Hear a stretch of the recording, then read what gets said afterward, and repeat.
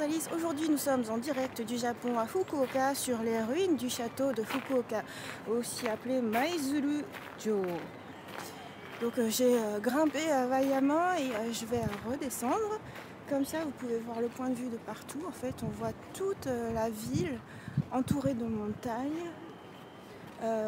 En face c'est le parc où je vous ai emmené tout à l'heure. En fait, toutes mes vidéos Fukuoka se suivent. Au début, on a commencé par Momochi Seaside Park, donc la plage.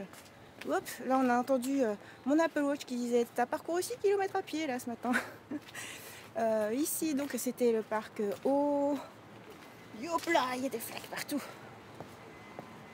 Donc oui, et là, on est au château de Fukuoka, aussi appelé Tsukijo, le château de pierre, qui date du XVIe siècle. Donc je vous parle d'un château, mais il n'y a plus que des ruines. Cela dit, on peut toujours admirer les remparts. Limite, je trouve que c'est plus les remparts de pierre qui sont intéressants que le château lui-même, parce que finalement, les châteaux au Japon, c'est des bâtiments de guerre et ils se ressemblent un petit peu tous. Alors là c'est un peu plus hardcore, il y a des escaliers en pierre qui ne sont pas droits. J'aimerais beaucoup vous montrer là où je suis passée pour accéder au château, entre le parc, c'est Ohara je crois, et ce château-ci, parce que c'était vraiment tout mignon. C'était des toutes petites maisons avec chacun son potager, son champ, tout tranquille, aucun touriste, c'était trop bien. Voilà, donc on va parcourir la colline.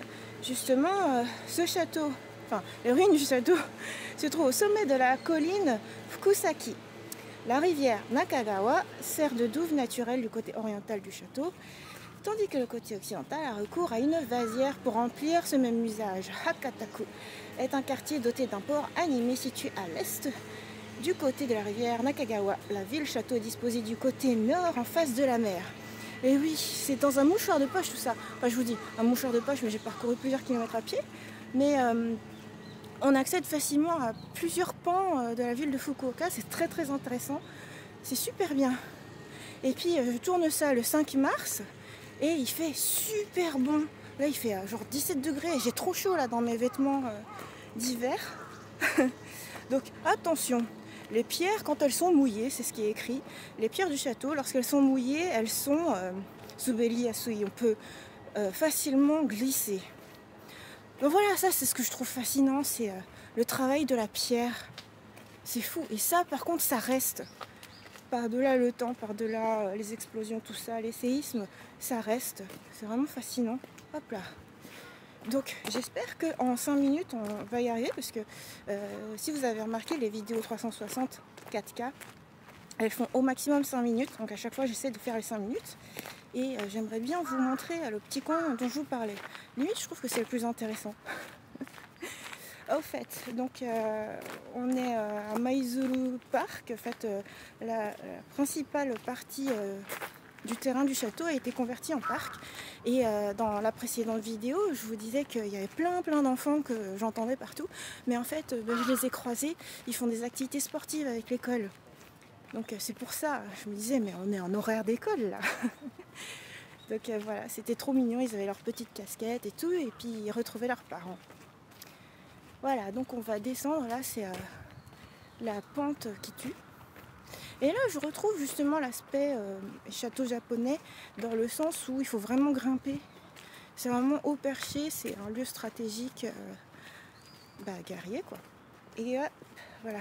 Donc c'est ces fameuses pierres qui sont glissantes. Heureusement, je fais ça pile après la tempête, ça a eu le temps de sécher.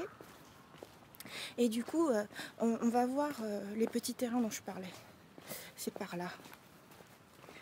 Ah, il me reste que 20 secondes. Allez, pourvu qu'on y arrive. J'ai qu'une route à traverser et on atterrit non plus sur une partie château, ruine, mais une partie vraiment petite campagne. Alors que je vous disais que Fukuoka, t'as facilement des grands shopping malls, t'as facilement plein de dispositions, sachant qu'on est aussi juste à côté de la grande université, là où travaille Morgane là, actuellement. Et voilà, je trouve que c'est marrant de côtoyer plein plein de facettes